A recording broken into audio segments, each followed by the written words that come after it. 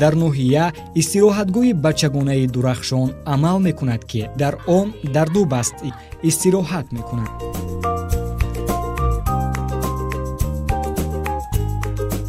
дар ин истироҳатгоҳ ҳар як басти ин истироҳатгоҳ аз 12 рӯз иборат мебошад. барои кӯдакон айни замон тамоми шароитҳо дар истироҳатгоҳ муҳайё карда шудааст. аз ҷумла ошхонаи замонавӣ бо тамоми таҷҳизот, бо телевизор ё мизи курсии ҳозиразамон, ҳавзи шиноварӣ, хобгоҳҳо, майдонҳои васеъ, майдони варзишӣ ва дигар шароитҳо муҳайё карда шуданд. барои саъи кӯшиши худро ҳаматарафа ҷониба равона намуда, кӯдакон бо як рӯҳияи баланд, бо як ҷаҳонбинии васеъ, бо як ватандӯстӣ, тарбияи беҳтарин кӯшиш кунанд, ки ин истироҳатгоҳи берунашаҳрӣ дар яке аз минтақаҳои зебуманзари ноҳияи Файзобод ҷойгир буда, дорои шароити мусоид барои фароғати истироҳаткунандагон мебошад.